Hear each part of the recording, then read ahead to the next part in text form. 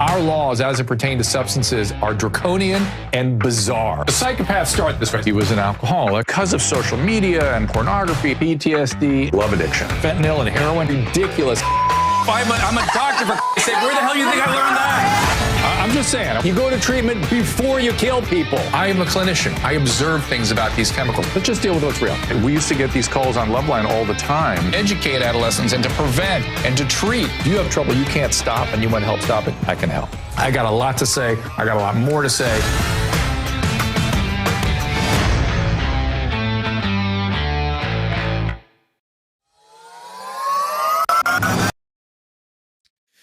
Thank you, everybody. Appreciate you being here. I'm watching you on Restream. A lot of YMH fans there. And, of course, we are also on Clubhouse, where if you raise your hand, I'll bring you up to the front, and you'll have a chance to ask questions of myself and the guest, and realize you'll be streaming out on YouTube, Twitter, Twitch, Facebook, YouTube, anywhere that you can stream. We seem to find our way there. Our guest today is Danny Casale. He is self-titled Bad Animator. He's a Forbes 30 under 30. He's Coolman Coffeedan. He first went viral with a cartoon titled Snakes Have Legs. And he's been working hard in a lot of settings now, particularly around the topic of mental health, which motivated me to bring him in. His new book is Advice for Humans from Coolman Coffeedan.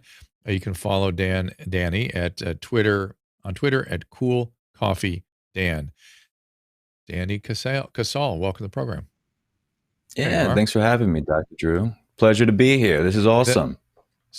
So your cartoon, first of all, I was thinking about your age, and I was watching your cartoon, and I thought, I wonder if Homestar Runner had any influence on Danny. Did it? It's funny you say that. So a lot of people bring that up because that was kind of the pre-YouTube cartoon to watch. I was a little too young at that time. I think I was like 8 or 9 years old. Yeah. So yeah, it was pretty goofy, and it appealed to like 8 to 12-year-olds. Right. So, right. But a lot of people make it that has call a flavor. Yeah, right, it has a flavor of what like you're doing. Simple bad animation that, I call myself a bad animator because it's like very simple, rudimentary visuals and colorful to look at. And, it's not anything too complex. So a lot of people have made that Homestar Runner connection. It's funny you say that. Isn't that funny? Have you since gone back and looked at them? I have. Yeah, no, the resemblance is uncanny. It's uncanny. Yeah. It's kind of the same genre. Yeah. Yeah. Although you left out the Mexican wrestling mask, for that Strong Bad had. But other than that, it was very similar. Right. Yep. So wait, I got to look at our chat and see if people can remember. No, I think our chatters are too old to really remember Homestar Runner. It's my kids that exposed us to Homestar Runner. So you've gotten involved on the mental health front. Tell me about that. So this whole sort of empire of my animated universe, this cartoon universe, really only started 4 years ago. It was a random 3 a.m. idea that I had while I was brushing my teeth. It was classic, like, small apartment in Brooklyn, New York, living with 5 other roommates type of situation. And it was just a very simple visual around a snake, pink background. And I was like, maybe I should sketch this before I go to bed. I never really animated before. So it was kind of a new undertaking. But I was like, that whole feeling, you have an idea, you're like, it sounds good. I might forget about it in the morning. So let me get it out now. And I spent maybe an hour or so doing a super rudimentary sort of animation. And I posted it. And it was a video called Snakes Have Legs. And a few days after I posted it, this video went on to accumulate hundreds and hundreds of millions of views. It's my most viral hit to date. Wow. Every corner of the internet, obviously in the States, but it was huge in Brazil, India, France, Italy. It ended up being like a pseudo political piece about not believing everything you read on the internet and how the internet can be used for amazing things and you should stop being dumb on it. So that was like my first take at like a very relatable concept, stop being dumb on the internet. And even though the animation was so simple, so many people related with the messaging. So I was like, okay, cool. It wasn't until a few months later, I had like a few, tens of thousands of followers, maybe 50,000 followers at the time. I was still in college, and the Las Vegas shootings happened. And, that always shakes the nation anytime something like that goes down, awful, tragic event. And I was at the gym, and I remember seeing all the TV screens playing these horrible playbacks of what happened just the night before. And for the first time in my creative career, I was like, okay, I have a little bit of a platform, 50,000 followers on Instagram, not much, but a little bit. I felt like I could use that influence to do something here and say something about this horrible event and hopefully make people feel a little better about it. So I skipped school that day, and I made a video called Blue Dude. It's a blue blob character who very calmly, in my monotone voice to some relaxing music, he acknowledges the fact, hey, the world, a lot of bad things happen in the world. There's a lot of bad people. We can't deny that. But the world is mostly good. And here's some simple reminders. And then he goes to talk about the smell of bakeries and smiling babies and that feeling when your crush says your name. And I posted that video, and that's where my whole animated universe got kicked up to that next level, around mental health and around being conscious of how you're feeling and making sure you're, staying mentally healthy, mentally sane, even in like the most insane times. So that was kind of like my Spider-Man moment where I was like, wow, there's a lot of responsibility here. And I was glad to kind of take on this new direction with mental health. Yeah, I'm just thinking that kind of blue blob reassurance is something that's very much needed in our country, this country. I don't know about others, but did that go internationally? I guess it was sort of a U.S. sort of crisis.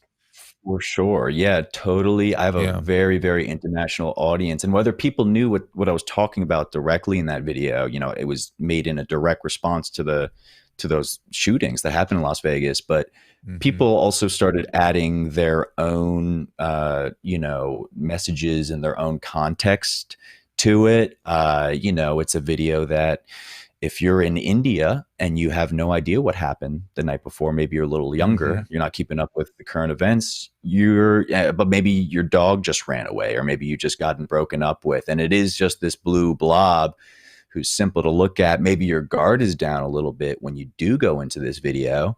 And then he hits you right in the feels, and he's like, hey, here's a reminder, you're beautiful, you're loved. You should stop looking in the mirror so much. You're not nearly as ugly as you may think you are. And it's taken a lot of people kind of transcending culture and language in a way. It's affecting a lot of people because unfortunately nobody has these sources of, as a lot of people don't have these sources of positivity and reassurance in their lives, which is so unfortunate. None of us do on the media landscape. It's like you're adding something to the media scape that has a positive sort of impulse to it. Just to get back to your cartoons, was there anything that inspired the blobs? The blobs, I think, come from my lack of animation experience. It was, I always doodled growing up, and, I was kind of like that kid who was known for sketching something funny and blobby and freaky looking in class to keep myself awake and, maybe entertain a few of the kids around me. And that style kind of directly came over into, when I started to experiment with animation. But I think although it was kind of like just limitations in like my own experience, it was also sort of like, let's keep this looking sort of pre-K, elementary, like less daunting. I think when people scroll upon a colorful blue, simple blob, two eyes, two dots for eyes and a mouth, your guard is down. You don't know if this is about to be some Homestar Runner goofiness, or you don't know it's going to be comedy or some shock value stuff or some dumb punchline. But what it ends up being is a powerful message or a powerful reminder that, you are a beautiful human being and you deserve respect. And I think that catches a lot of people by surprise, and sort of accidentally I stumbled upon that magical angle of it, because you see that blue, that green alien behind me, you're like, what the hell is this guy about to do? And then he reminds you of all the beautiful things that happen in the world that we overlook on the day to day. And you're like, wow, I was not expecting that. And it's interesting too, that there's, seeing the alien over your shoulder. It's like, yeah, that's not, I don't know that my mind makes out of that what it is until your voice is in it. There's something about some union between your voice and that blob that just is the magic ingredient, I think. I think a lot of people expect when they do see a cartoon character, they expect some, goofy or high pitched Mickey Mouse voice to come out of it, some zany, to like relate to like the young, babies and toddlers. But then like my deep ass monotone voice comes out of it, and they're like, okay, we're about to have a conversation here. This is some real stuff. So I think that's another degree to your point of like, oh, this is to be taken somewhat seriously. Let's have a listen of what this blob has to say, and that's really cool. So. Let's take a listen to what this blob has to say. So, but let's go back to the mental health. So what's your training in, by the way? What are you educated in?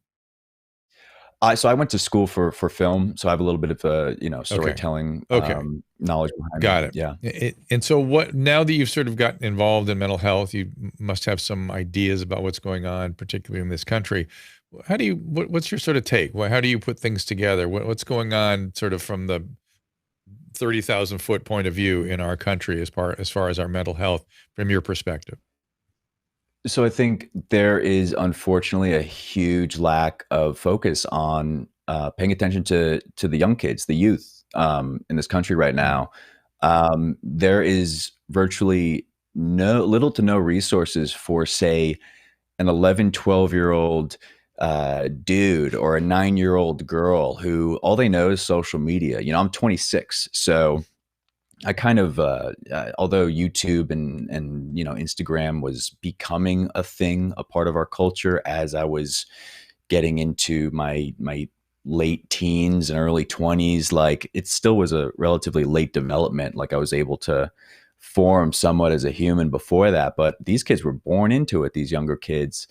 So where do they go when they, see their crush having a snap streak with another person? Or where do they go when they stumble upon a terrible video, that messes them up, for weeks? Like it's a very surreal sort of culture that's going on that kids don't know, or they're not prepared to handle it. And, they're not speaking to their parents a lot of the times, or their guardians a lot of the times to hash out these feelings and emotions. They're complex situations. So there's a lack of resources for these young kids to turn to. I found that with my videos, there's a lot of the time these kids have nowhere else to turn to besides these blobby characters. A lot of the DMs and the messages that I get are from these young kids, whether it's in the States or, in Brazil or in India or anywhere in the world, telling me verbatim they have nobody to talk to about this stuff. And they come back to hang out with Blue Dude. They come back to hang out with my aliens every time they feel lonely, or every time they feel depressed, or every time they feel anxious. Part of me, like, I'm like, okay, that's great that you could find that sort of solace and comfort in my characters and in my art and messaging. But that goes to show how little else there is for these kids to turn to if they don't have that parent or that person in their lives that they could talk to about this stuff. Where else do they go? Let's state it more explicitly. Yeah, so let's state it more sort of dramatically, perhaps, which is that they are so devoid of connection and contact that your low pitch monotone and a blue blob is sufficient for them to cling to get some sort of feedback. A lot of the time, there's some super, super sad messages I get of, someone's dad just passed away due to cancer, and they're watching one of my videos on loop. just to deal with the situation. Or like, one of their friends committed suicide, in middle school. And it's like, here they are, they're on my profile, just playing it really as like a free therapy session. That word pops up a lot on my pages, on the comments and stuff. This is like free therapy. It's not there. It's more soothing. It's more about regulating emotions. It's not really therapy. Therapy is about a certain brains help other brains wire. That's really what therapy is. And this is about connection and soothing, right? So reminders. Again, back to your sense of what's going on and why we're so disconnected. So you're saying lack of resources for young people, right? And are those resources, is it lack of community, lack of connection, lack of attachment, lack of meaning, all of the above? I mean, so how do you think about that? Because the reality is there's, particularly in this country, there's tons of resources. They don't use them. They don't like them. There's something else missing, in addition to being depressed and having a high incidence of depression right now and needing help.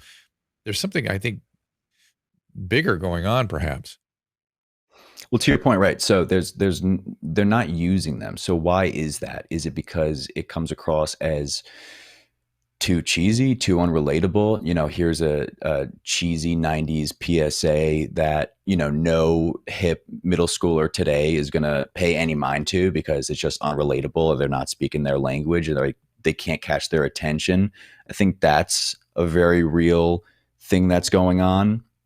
But then there's also, I was very fortunate to have a great relationship with my parents growing up, so these things would be talked about. They would say, hey, if you're ever in any trouble, please come to us. Hey, if you're ever feeling any sort of way, please come to us.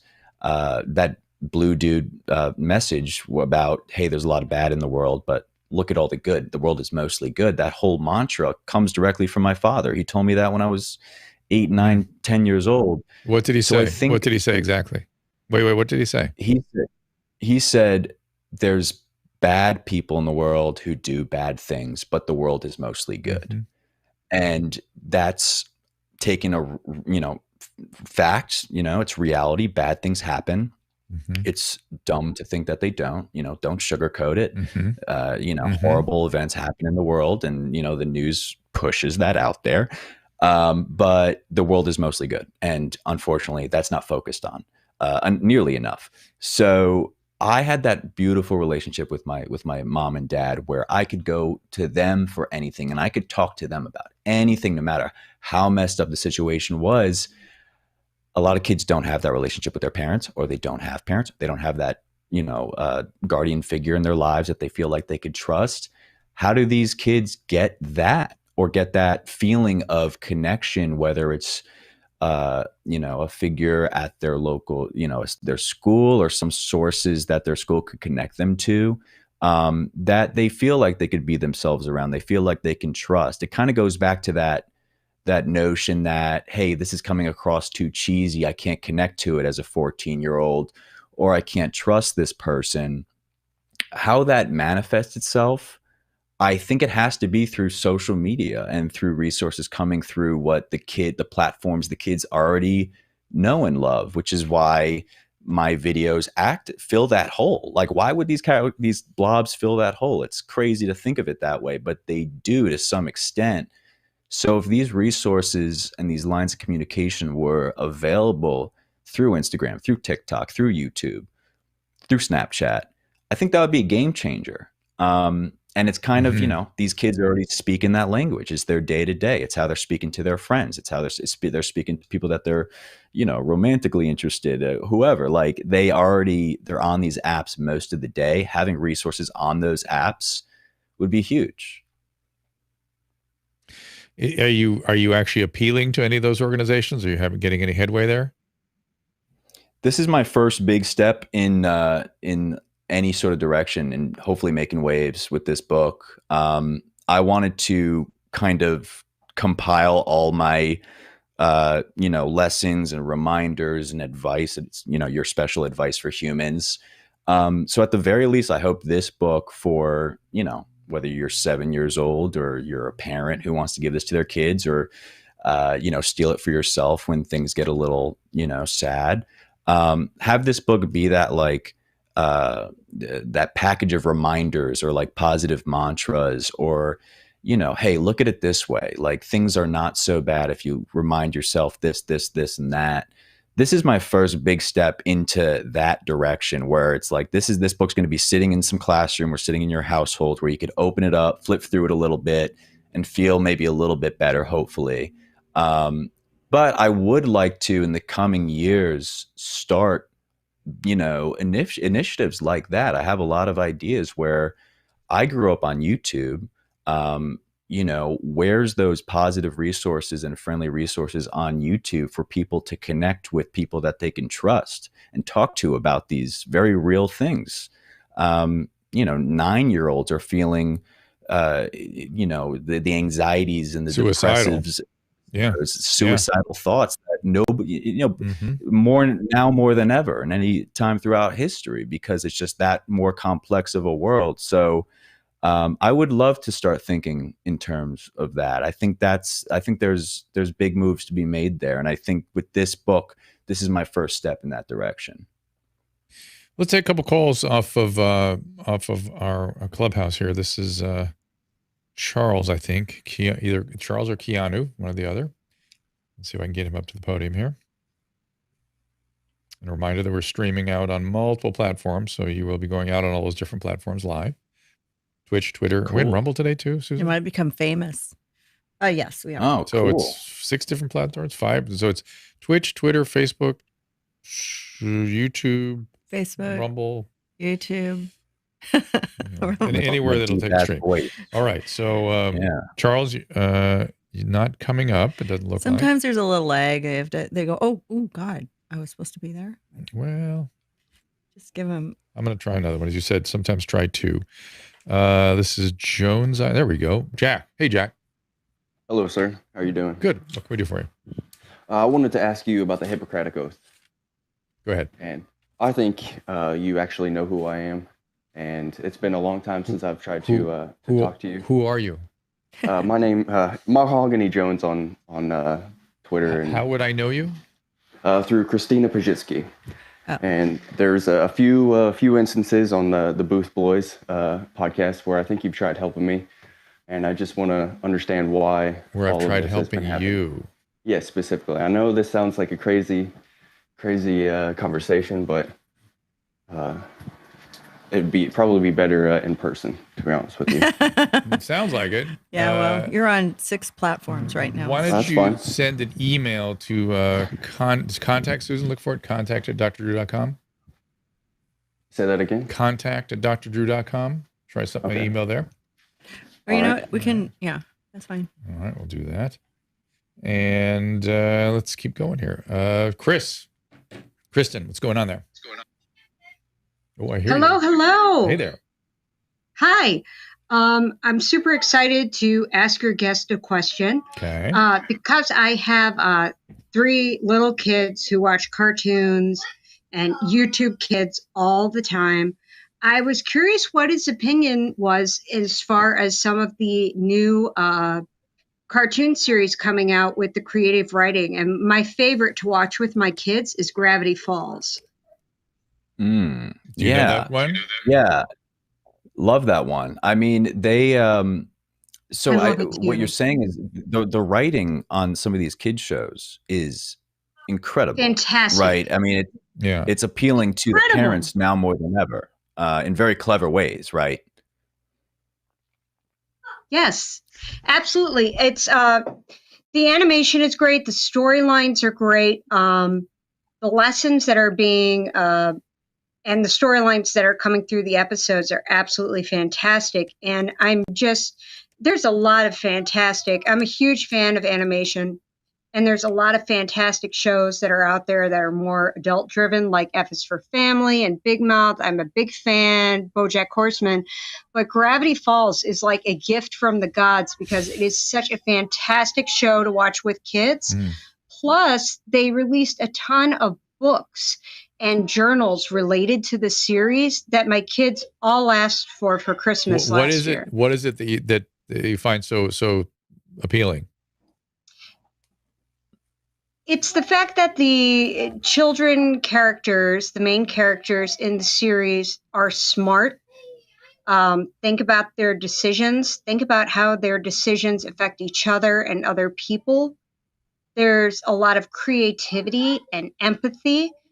But at the same time, the storyline, I'm sorry, my kids are fighting in the background. Quite all right. Keep it going. The storylines are, yeah, no kidding.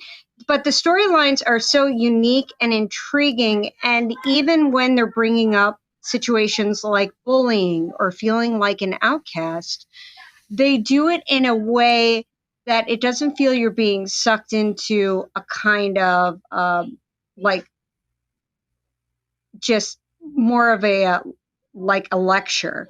It makes it fun and it kind of appeals to children on a way where there's kind, creative, and funny ways that you can work through situations like that. Nice. So, yeah, the kids love it. And I also wanted to ask your guest if he was ever a fan of Don Hertzfeld animations back in the early 2000s. Wow. Don Hertzfeld. That doesn't ring a... I don't think I'm familiar. Is there any specific works from him that you could throw my way? Because maybe I've seen it's just it. sort of absolutely. It's stick figures, isn't it? Sort of. Yep. He used to do stick figures. He used to do his whole shtick was kind of rejected cartoons. So he did stick figures and crude animations where like it was a kid, a little baby holding a balloon. And then the balloon decided it didn't want to play nice and started coming after the kid. And he had a bit called Funny Hats Only. And is that the guy who did My Spoon is Too Big? Yes. My spoon is too big. Yes. This I must look up. This I must look up. Yeah. No, my husband and I fell in love over those cartoons. Yeah, those were wild. Those were really, really good early YouTube clips to watch. I think subconsciously those planted themselves in my brain and, started this career, this new animation career. But those, to your point about Gravity Falls, like I think for the first time in a while, I think, Mickey Mouse cartoons did this very early on, but the beauty about animation now is they're tackling intense subjects like I do with my videos. I tackle stuff like depression and anxiety. Gravity Falls does the same thing. Adventure Time does the same thing. It goes all the way up to BoJack Horseman, which I'm a huge fan of as well. These intense concepts that take, you peel away at these things like layers. And of course, on a kid's cartoon like Gravity Falls, you have to go about it a very certain type of way. You have to make it entertaining and simple enough for a kid to watch and be like, ha, this is awesome.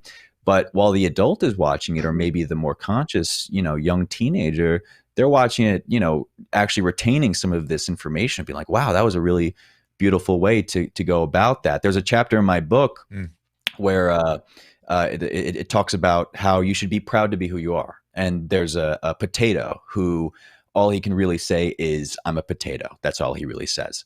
But the characters around him good for that potato.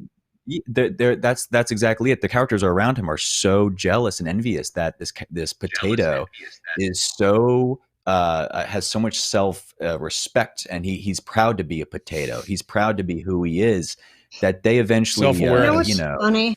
The self-awareness, and it's a simple concept like that to get across this whole complex issue of self-awareness in a simple, funny talking potato sort of way. Kristen, what's funny?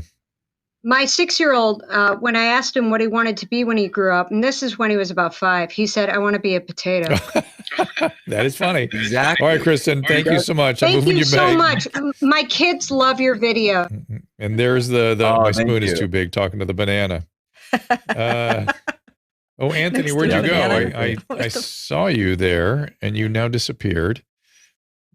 I was going to go out to Anthony Brown, and you disappeared. Let's see if he shows up. He's making a living. Probably. Or studying. This is, they don't tell me the names, of course. Hey Chase. guys. Chase, how are you? Hey, Dr. Drew. Hey. I was just jumping in. I wanted to ask you a quick question, but first I wanted to say, man, I really loved watching you and Adam Carolla when I was young growing up. Man, you really helped me navigate Oh, good. some of those years. So appreciate all that content that you put out there. You bet. That was really fun. Yeah. Yeah. So my question kind of is more of a medical one. A few years ago, I got interested in the this concept of aging. And I know recently, several years ago, they actually named aging as kind of a disease. And since that time, there's been a proliferation of doctors like David Sinclair, some popular guys like Peter Attia that have been on podcasts like Rogan and et cetera, and sort of pushed this whole idea of, trying to use supplementation and diet and other things to reverse kind of aging. And I was wondering, how much credence do you put into that line of study? Well, do you think it's most of what I'm concerned with when people leap into this topic is I would like them first to hang out with 80-year-old, 90-year-olds, and 100-year-olds, all of them, and hang out with them and see if you want to sustain that for 30 years. Now, in their imagination is, I'm going to be the way I was when I was 50, when I'm 100, and then I'm magically going to die at 120. That is not how the human biology works. We have a slow decay. You can conceptualize that decaying as a disease process. At a certain point, I take care of lots of 90-year-olds. And in my world, as an internist, the aging itself becomes a disease. You get the problems, the symptoms of the disease of aging.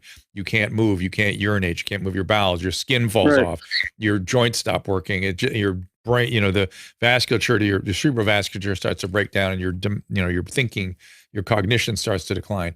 I mean, that happens almost without exception. It's not like, now some people do better with it. Certainly women do better with it than men. And some people can kind of push it back and can live in a wheelchair for 10 years or 15 years in sort of suspended states. But I want first the people that are doing the research on aging to understand aging, to really expose themselves to what aging actually is in reality, and then decide what it is they want to try to address. Right. They're addressing telomere length and apoptosis and all these things. And this may or may not have an influence on, maybe the decade of the 90s will start to kick in at 100. Maybe 60 and 70 will be better by a decade or so. It's all good. It's all worthy. It's all worthwhile. But to temper expectations in line with what the human body and reality. Well, exactly. One of the things that really disturbs me when people don't plan for aging. They do not understand the aging process, and you have to be around it a lot to really get what it is. And they're shocked when it happens, and you have to kind of prepare for it and really start thinking about how you want to live when it's like that. And do like I'm clear. I've said on this program before, I don't ever want to be in a nursing home. That's why I'm installing an elevator to our bedroom, so he can just. So when the time comes, he can just ride the little thing outside. up to the top. Putting it outside, roll him into bed. None of it inside. But I don't know. We could just put you in the pole house. Yeah, you could. Yeah. But the point is you should be thinking about, what are your wishes? The reality is the median life expectancy for a male after an admission to a nursing home, not to recuperate from a hip fracture, meaning that he has deteriorated so much he needs institutional care. The life expectancy on median is 6 months. So you're going in for 6 months of misery for what? You could stay home and get palliative care. Think about these things. But in any event, aging. No, let's not talk about that anymore. Well, just aging is a thing you have to plan for and prepare for. And I'm never getting old. And pushing it back, I work out every day. I run I watch I do all these things that do push it back, and we'll probably figure out ways to push it back even further. But man, when you start messing with the genetics, that's where you get into trouble. So what were you going to say? I'm sorry, I interrupt you, Chase. Oh, well, I was just going to say, I've been, I attended a biohacking conference a few months ago in Orlando, and I met with a lot of these guys, and there's this giant movement, which I'm sure you're aware of, and they're attempting to essentially, use all of these different methods to increase your odds, right, of having a more active lifestyle to kind of stave off the aging process. That's good. I like that. So that's good. And so I've been doing a lot of these things, but I'm wondering, like, how much credence you put into it, or because a lot of it is just like certain supplements like resveratrol or NMN or some of the things that they push out, and a lot of it has to do with certain types of lifestyle things you could do, like cryo or infrared saunas, where there's been some evidence that that some of these things help to stop the inflammation, stem and all cells, and right. We need to get more specific too about what we mean by inflammation. And Danny, I'm sorry, we're going off on a little tangent here, but I want to flesh it out fully. I'm listening. Which is this that is great. When people say inflammation, I really believe we're talking about endothelial function.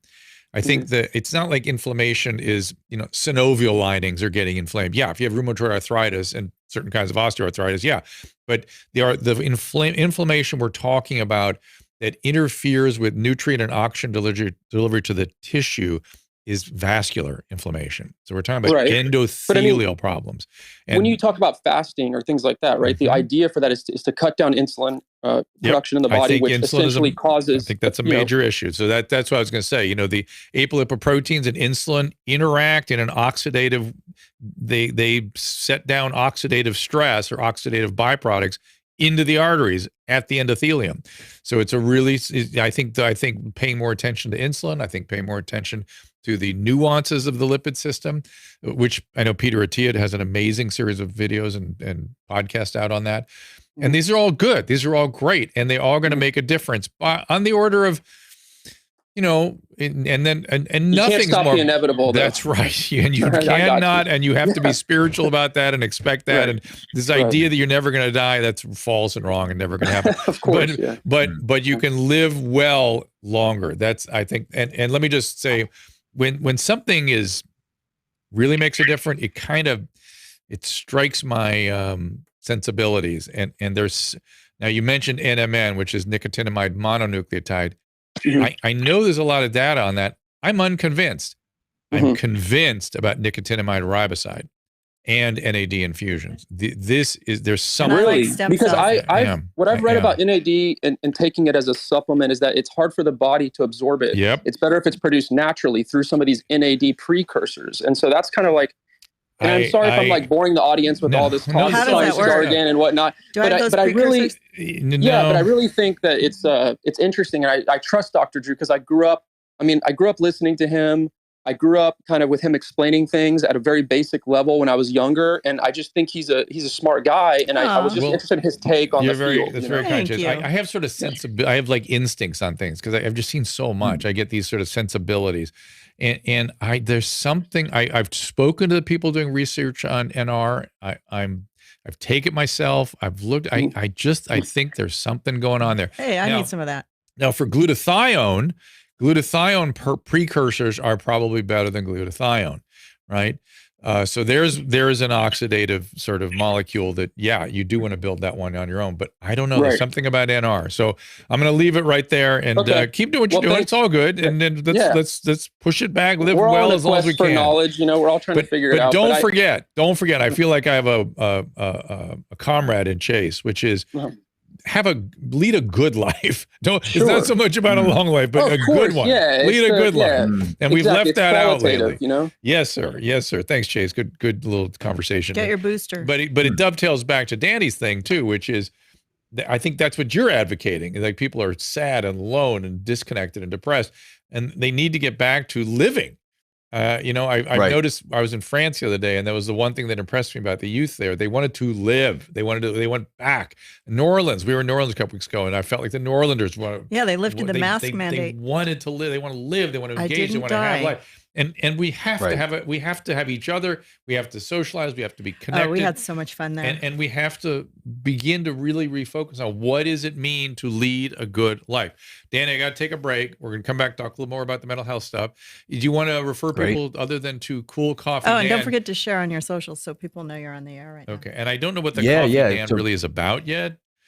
You can tell me when we get back to the Coolman break, Coffeedan okay? on Instagram, Cool Coffeedan on Twitter. I like coffee and I like to keep it cool. So Is that it? Is it as simple as that? You like coffee? Oh, that's a great Is it that simple? Pretty much. I think so. I think back to Chase and his longevity thing. Coffee reduces the risk of dementia and Parkinson's disease. I'm a huge coffee fan. Yeah, I do too. Right, so all right, we'll be right back. Yeah. Right. I want to give a shout out to our good friends at Blue Mics. If you've heard my voice on this show anytime over the past year, including right now, you've been listening to Blue microphones. And let me tell you, after more than 30 years in broadcasting, I don't think I have ever sounded better. But you don't need to be a pro or have a fancy studio to benefit from a quality mic. You may not realize it, but if you've been working from home or using Zoom to chat with friends, you probably spend a lot of time in front of a microphone. So why not sound your best? Whether you're doing video conferencing, podcasting, recording music, or hosting a talk show, Blue has you covered. From the USB series that plugs right into your computer to XLR professional mics like the Mouse or the Blueberry we use in the studio right now. Bottom line, there's a Blue microphone to fit your budget and need. I can't say enough about Blue mics, and once you try one, you will never go back. Trust me. To take your audio to the next level, go to drdrew.com/blue. That is drdrew.com/BLUE. Anyone who's watched me over the years knows that I'm obsessed with Hydrolite. In my opinion, the best oral rehydration product on the market. I literally use it every day. My family uses it. When I had COVID, I'm telling you, Hydrolite contributed to my recovery, kept me hydrated. Now, with things finally reopening back around the country, the potential exposure to the common cold is always around. And like always, Hydrolite has got your back. Hydrolite Plus Immunity, my new favorite, starts with their fast-absorbing electrolytes and adds a host of great ingredients. Plus, each single serving easy pour drink mix contains 1,000 milligrams of vitamin C, 300 milligrams of elderberry extract. Hydrolite Plus Immunity comes in convenient, easy to pour sticks that rapidly dissolve in water, make a great tasting drink, has 75% less sugar than your typical sports drink. It uses all natural flavors, gluten-free, dairy-free, caffeine-free, non-GMO, and even vegan. Hydrolite Plus Immunity is also now available in ready-to-drink bottles at the Walmart next to the pharmacy, or as always, you can find it by visiting hydrolite.com/Dr. Drew. Again, that is HYDRALYTE.com/DRDREW. Be sure to use the code Dr. Drew 25 for a special discount. Here with my daughter Paulina to share an exciting new project. Over the years, we've talked to a ton of young people about what they really want to know about relationships. It's difficult to know who you are and what you want, especially as a teenager. And not everyone has access to an expert in their house like I did. Of course, it wasn't like I was always that receptive to that advice. Right, no kidding. But now we have written the book on consent. It is called It Doesn't Have to Be Awkward, and it explores relationships, romantic relationships, and sex. It's a great guide for teens, parents, and educators to go beyond the talk and have honest and meaningful conversations. It Doesn't Have to Be Awkward will be on sale September 21st. You can order your book anywhere books are sold. Amazon, Barnes & Noble, Target, and of course your independent local bookstore. Links are available on drdrew.com. So pre-ordering the book will help people, raise awareness, obviously, and it'll get that conversation going early so more people can notice this and spread the word of positivity about healthy relationships. So if you can, we would love your support by pre-ordering now. Totally. And as we said before, this is a book that both teenagers and their parents should read. Read the book, have the conversation. It Doesn't Have to Be Awkward, on sale September 21st. Welcome, everybody. Boy, that was a quickly back. I'm looking at the restream. That's what I was doing. I was trying to figure out what Tom Segura and Anthony Brown are talking about. Oh. But in any event, chattering about I think they're joking. And so sometimes they say things that catch my eye and I worry about them. That's what they always So say. as it goes to Coffeedan, it's just that you like coffee. There's nothing more to the story than that. There's a little more to the story, Well, but it's confusing. he's also cool. Okay, so it's so much of the fiber of my being comes from accidents, I think. So I was messing around on Twitter, and this is back in high school, 2013. And I was like, okay, cool. I'll make my Twitter name Coolman blank Dan. I'll change it, every week or so. And it'll be Coolman Skeleton Dan around Halloween. It'll be Coolman Pumpkin Dan around Thanksgiving. And then right. I think I, set it to Coolman Coffeedan because I was drinking coffee one day, and then I just never continued on that idea ever again, and it just rolled off the tongue. So that's, and then it just stuck. It's tough to find a name that sticks. So once people started calling me that, I'm like, all right, cool, we found it. That's that. So yeah. All right. That's Speaking of find it, I found Anthony Brown back on the Clubhouse. Anthony, what's going on, buddy? Hello, everybody. How you guys doing? We're doing good. What's going on? Great. Hey, I was thinking for Danny, because you guys know, like, I'm this big old homeless advocate type person. Yeah. And I'm wondering, like, when you're doing animation about mental illness, have you thought about doing some sort of animation geared towards getting people to understand homelessness or things of that nature? Mm-hmm.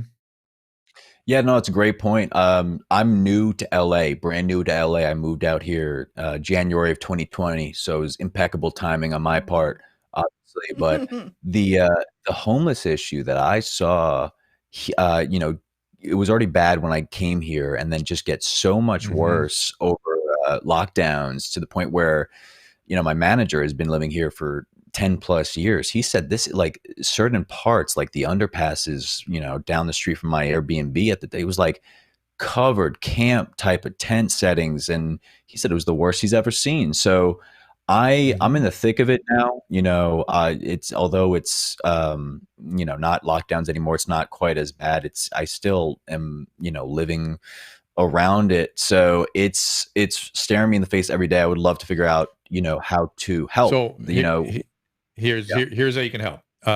Anthony, send a little paragraph on how you imagine a cartoon that might be useful. Look at Danny's stuff. You'll see the style he uses, and I think you'll see there's some opportunity here. And send me the email, and I will hook you guys up via email. Okay? That'd be great. Okay, sounds good. Thank you. All right, buddy. And, Thanks, and by the way, Anthony, see Andy Bales. Andy Bales is now on the LASA committee. Oh, cool. Yeah. Woo-hoo. So Anthony and I walked around downtown, the Skid Row with Andy Bales recently, and my goodness, and I've said this out loud a couple of times, and Anthony, I think you'd agree. I don't think you and I don't agree on anything essentially substantial. I don't think you and I disagree with anything Andy Bales stands for or thinks either. Would that be accurate? Yes. Yeah, that's what I thought. So good. We got somebody good in there who can really understands what he's dealing with and wants to make change. Well, Yep, I lost Anthony. Wait a minute. I can get you back, buddy. Hold on. I'm inviting you to speak. I'm a little. Have you ever been on Clubhouse, Danny? Hello? Go ahead. I have, Sorry, yeah. what was that? Oh, that's good. I was gonna say we agree on some things, but then you threw me out the house. But both of our hearts are into helping the less fortunate, and that's totally cool. And anything we can do to open up people's minds, because I totally understand the whole thing about stigmas and that's Anthony's them book. And all of that stuff. And so whatever we can do, but yeah, I totally agree with you on a whole lot of stuff. We do have some disagreements, but you and I disagree on stuff. Yeah, we disagree on a couple of things. Like what? Oh my goodness! Oh, that's a whole different episode. I didn't know we disagreed on anything. What do we disagree on? Because I always want to expand my thing if I'm getting something Didn't you know wrong. Anthony is a staunch right Republican? Yeah, but no, I'm just kidding. But Anthony, wait a minute. No, I was just before we went on. I reread your homeless little paper that you sent me, and I was like, yes, and yes. I was like, yeah. There's nothing in there that I disagreed with. Oh, okay, that's cool then. I want to know what you disagree with Drew with. I'm trying to figure that out too. Yeah, I'm interested now too. Oh, really? What do you think it is? Is it more the conservatorship thing or something? More of that, and the whole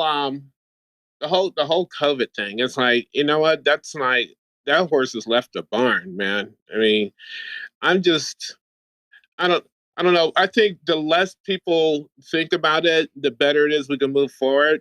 But like everybody still wants to talk about it, and it's just crazy because it was a thing, but now it's like it's it's toast. Well, again, I don't disagree with that either. And we try to get away from it on this show. Look, we're talking to Danny today about different things. But people kind of pull us back to the topic pretty regularly. And with the Pfizer drug, when you add monoclonal antibodies, the Pfizer antiviral, vaccine therapies, that's it. That we get then, and this thing, and the dirty little secret that no one's talking about is that we're all going to eventually get this thing. Yeah. That's the thing that they're not sort of. You were talking about that on Fox 11. They were last using night. the word endemic, which means everybody gets it, and it goes through spikes and ups and downs, and we just have a sort of a hybrid herd immunity, but they're not being explicit about that. So yeah, Anthony, I'm with you on that. It's So far, we don't confusing. disagree on anything. Well, I think Okay, then we don't disagree on we anything. still need to educate people because people are kind of getting left out in the cold now. They don't know what about the treatments and stuff. what the realities are, because it's just it's like because the a press, snake has legs. It's like, come on, dude. Let's just. You know what I mean? The news is always so much BS. Like, why are we all wearing a mask outside in Pasadena? Well, I still want to know. Right. Because somebody said you have to. Because we're so perfect. Do we disagree on that, Anthony?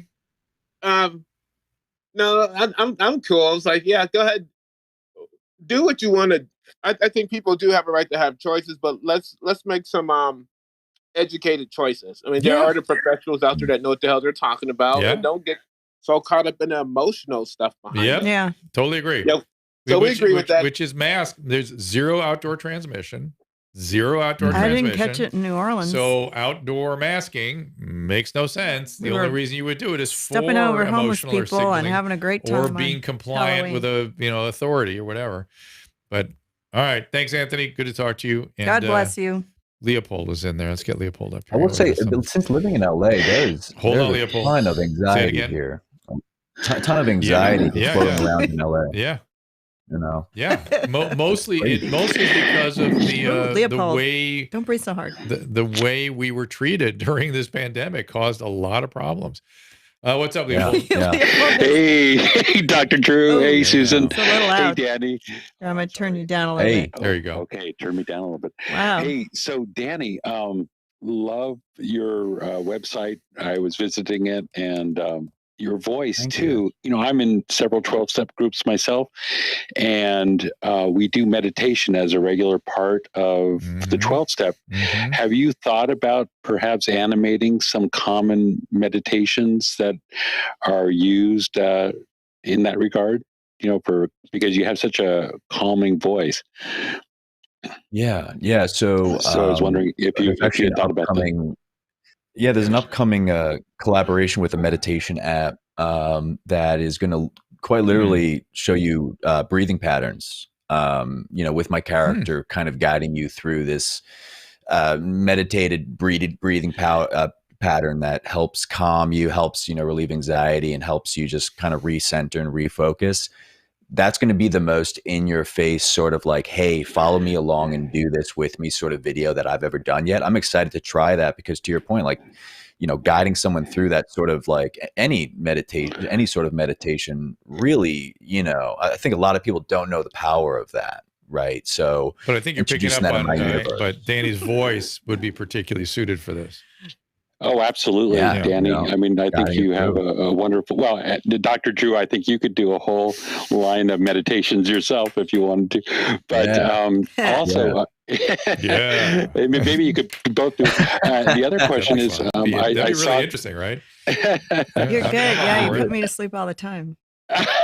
Well, I'm not saying Dr. Drew puts anyone to sleep. That's only my wife. Only my wife. But the other question, Danny, I noticed that you did have a book signing recently. Are you planning another book signing anytime soon? Yeah, so book signing in Miami. The date will be announced. It's going to be sometime around Art Basel, and then book signing at the Strand in Manhattan, New York, on December 15th. And I'm meeting some real great, people. The things people are saying that this book has done for them is, why I spent 2 years making it. I started writing it in March of 2020 when lockdown started. So in many ways, this book comforted me and, kept me sane throughout the wild times. So those are two upcoming ones. I'm not sure where you're located, but if you can make it to one of them, it'd be great to meet you. Outstanding. Hey, thank you so much, guys. All right, Leopold, great to hear your voice. You sound good. Great meeting you. Yeah. So we're going to keep rolling through calls here. This is, I think it's a Johnny. Let's see if I can get him up here. Johnny. There he is. Johnny, what's going on? Hey, Dr. Drew, how are you? Good, Johnny. What's up? Good. Well, first I want to thank you and congratulate you for finding the formulas for people and helping them so much in life to, continue on and not, be 6 feet under. So thank you for your contribution. It's amazing. Thank you, sir. Thank you. What I would like to do is send you a free copy of my book. I think you said it's Dr. Drew something at Contact at drdrew.com. Okay, so I just emailed you an email, so I'll read you out to you and let me know what's best. All right, get the book over to you. Okay, I got it. Oh, she's got it already. So Susan will work out. What's the book about?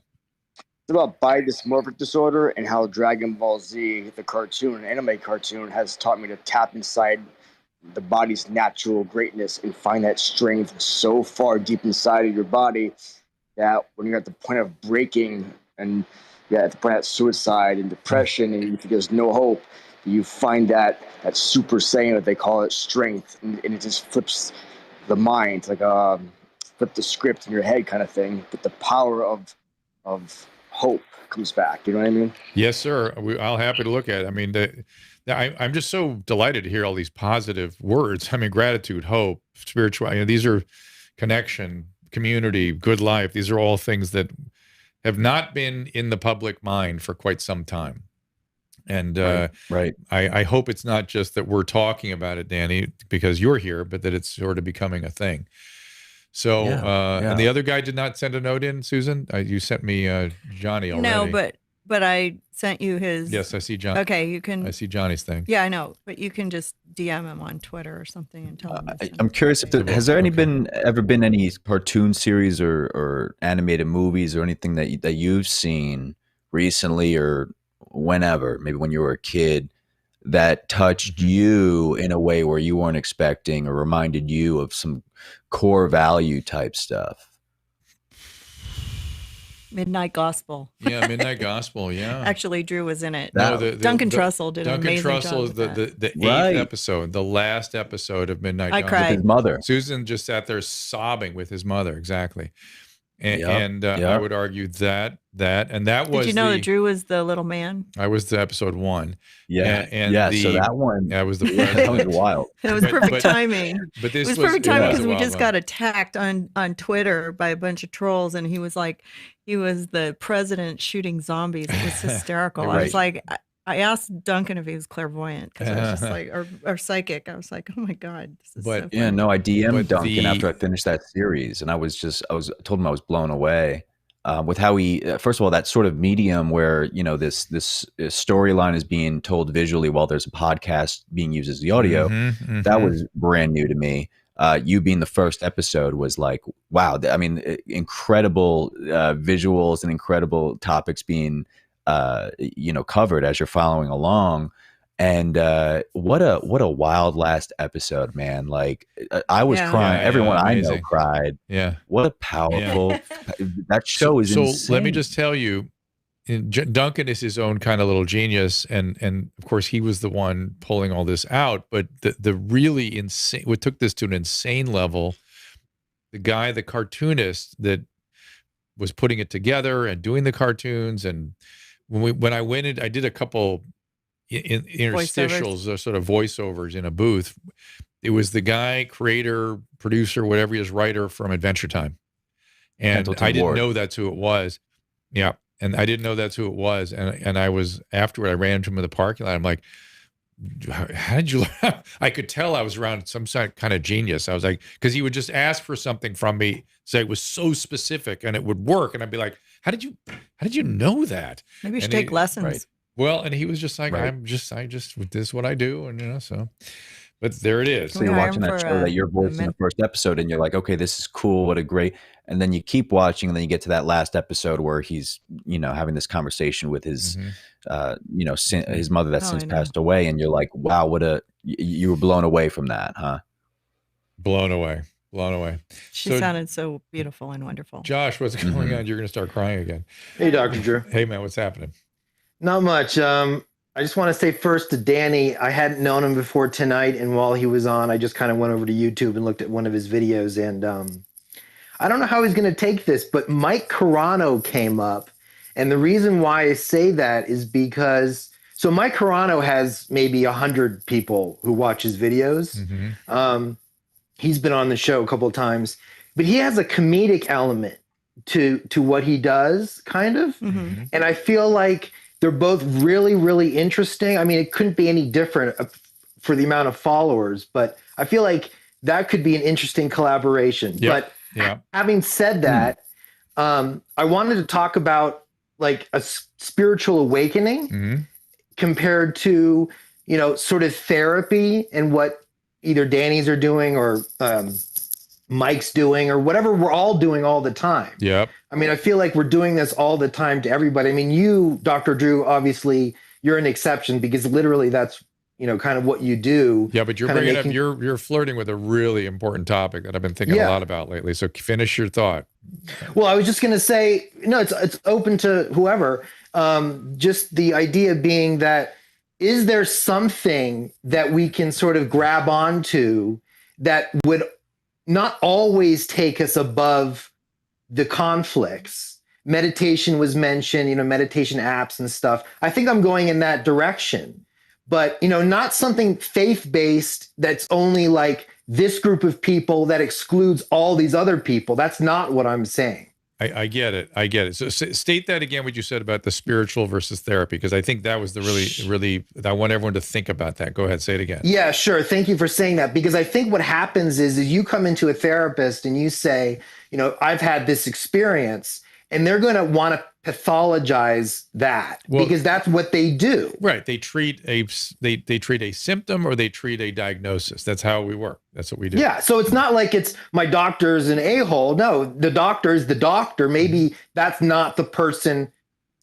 Well, it's hard to make a judgment there. Yeah. But you said though that maybe there's something bigger going on that needs I think you said spiritual awakening. I think that was the word you used. And I think that's I've been thinking a lot about that. Keep thinking about it, Josh. I've only got a minute or two to talk today, so I'm gonna put you back in the audience, but keep thinking about it. And Danny, you're kind of flirting with the same thing, right? When you're talking about the loneliness and the connection. I don't know what it is yet, but I'm increasingly convinced that I've always thought we had a spiritual deficit in this country, but it feels like it's at emergency levels. We need an intervention quick. And I'm not, and 100%. I feel like your cartoons are helping, but I'm not quite sure what it is yet that's going to get us to really about face or make a real turn. And he said he didn't, Josh said it doesn't have to be faith-based, but it can be. Whatever works. I don't care, but we need to do something. Right. So I'll let you. I'd be curious to hear your thoughts maybe another time about what I could be doing next to further hammer in the what I'm getting at here. These like the woman brought up on Clubhouse before, these complicated, complex subjects that we get into the minds of the younger audience who's watching animations. We use animation and social media as the platform, as the means to get it through to them.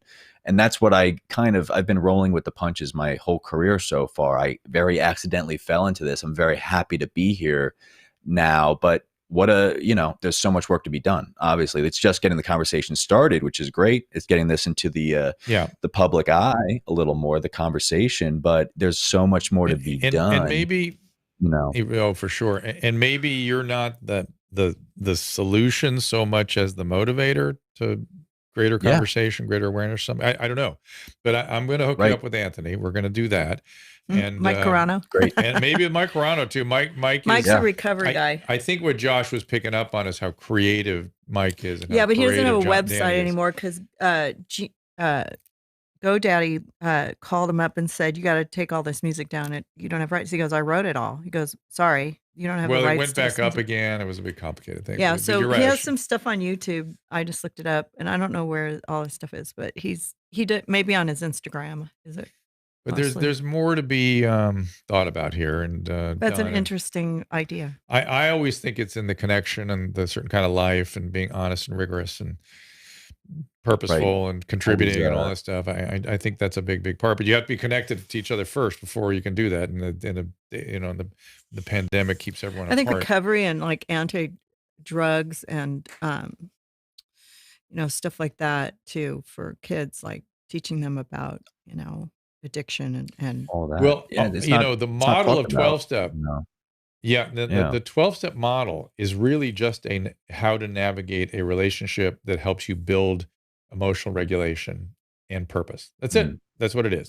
So you get out of control, you give yourself up to some higher concept, you stop controlling everything, you examine your spiritual landscape, what works for you, you make a list of all the things that make you guilty and ashamed, you tell it to somebody else.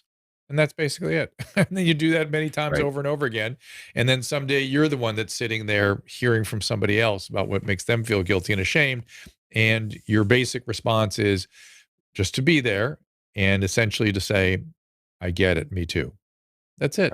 That's it. That's what makes that's a spiritual connection in my humble opinion. But there you go. Yeah. Well, Danny, thank you for coming by. Thank you for the cartoons. We'll keep an eye on you and hopefully, like I said, I'll connect you with these people that can keep pushing your project. Yeah, no, thanks for having me on. This is great. Thank you so much, Dr. Drew. Appreciate it. At Cool Coffeedan, give us all the particulars on social again. Yeah, so at Cool Coffeedan on Twitter, Coolman Coffeedan on Instagram and TikTok. Your kids may be following me on there already, and Danny Casale on YouTube. You'll see my blobby animations, that cover topics like mental health and depression and all that in a fun way. So that's the book right there. I hope it brings good vibes to everybody watching. Makes me smile. Thank you, Danny. That's the first step. Talk to you again soon. Thanks, guys. Smiling. Take care. On Clubhouse. Thank you, Danny. Thank you, man. Congratulations. And I'm going to end the room over at Clubhouse. Thank you guys. Bye-bye, Clubhouse. Thanks for joining us. Being with us. And I saw a question here I want to answer before I go. Could Drew do some good? Could I provide some good companies for NR or NMN? Dilo Cougar, I used to represent, and I continue to take True Niagen, 300 milligrams a day. I've spoken to all their scientists, and I'm very convinced that that's a good thing. I take I think an Amazon Choice NMN. It's a sublingual NMN, and it gives me palpitations. I'm not sure that's doing much. I don't know. I'm going to stay with it. It's so good to see we had a sponsor that's still in business. You know what I mean? Well, like it means it's good. It is good. I'm telling you that True Niagen, if it goes away, I'm going to be upset. And it's that science is very well worked out in terms of getting the NAD into the mitochondria. Maybe I should start taking it again. I've told you to take it. What's in all those vitamins that I got from Costa Rica? Not really much. Probably some NMN, but not nicotinamide riboside. But I'll look at it. All right, get me some of that. And if you look at Gary Brecka's conversation I had with him about I'm ready to start taking B12 some more supplements. I just didn't want it to screw with my hormones. We did have our testing done by Gary. Maybe we bring Gary back and really talk about it. Yeah, I want to bring them back. All right, we will, because I particularly have deficiencies. And then I want you to get the stem cells. I have deficiencies in MTHFR. Merry Christmas. Thank you. No, I'm telling you, I know you're a believer. The pain in my back and my shoulders is gone. Yep. And I'm more flexible. And I feel like I can bend over without going, oh, God. I still do that, but it doesn't hurt anymore. It's just now just sort of a natural thing I do. But I swear, it worked miracles. So your turn. All right, so we'll bring Gary back in here. Even if we do him by Zoom, it'd be fine, Susan. We can just set it up sometime. Well, he's in town a lot, and maybe he can hook you up to an IV. I see. That's what your motivation is. I get it. And then we'll have a meditation moment like we did in Costa Rica. That was kind of fun. Hanging Chad, I think you're talking about niacinamide. This is nicotinamide riboside. So just kind of take a look at it. I don't think there are contraindications. I don't think so. But somebody said you can't take it with diabetes. Casey NMN is nicotinamide mononucleotide, which there's a good deal of energy. Right? True Niagen was the company. I think I really looked at the NR science and was convinced years ago, which is why I started taking it. Yeah. And whenever people tell me I don't look as old as I am, maybe we should get him back as a sponsor. Happily. Hey, Caleb. Caleb, work on them. But whenever they If anybody tells me I don't look as old as my chronological age, I always think, could it be that NR? Maybe I've been taking a good 6 years or so.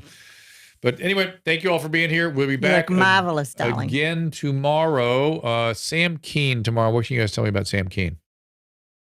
He's an author. Anybody? Author. He's good, though. He's really good. It's another good book. All right. We're going to get into Sam Keen. And we are on the following week. It's a short week because of Thanksgiving.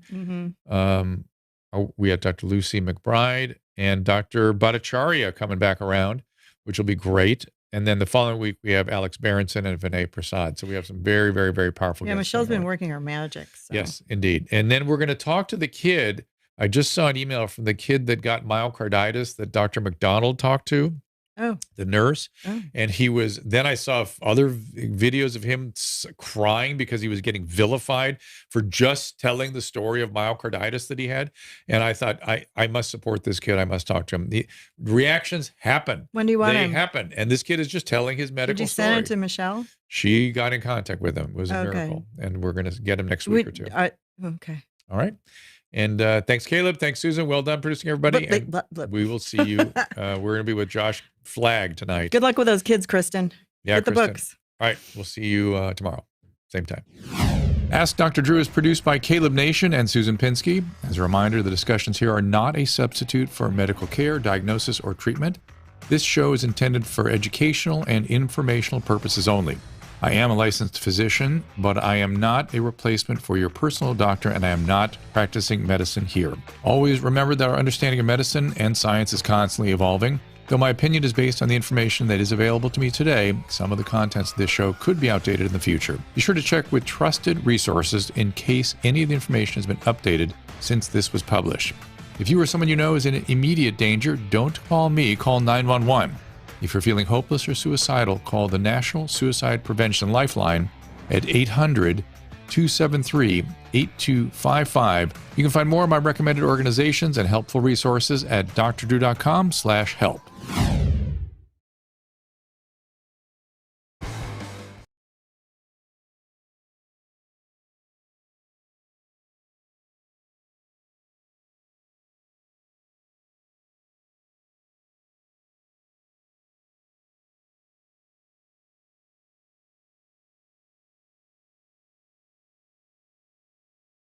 What did I hear somebody say the other day? They go, I love my husband even though I want to tear his eyeballs out a lot of the time. Oh, yeah. And I thought, but normally they wouldn't say it quite that violently. You know what I mean? I thought it caught my ear. I was like, oh, this is interesting. There's more explicit violence, which I don't mind as a sub. It is.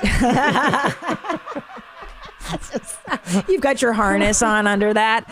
I wish you took your shirt off and there was like your bondage gear. I had a bunch of nipple rings and leather. Jeez, this is a whole new lane for you.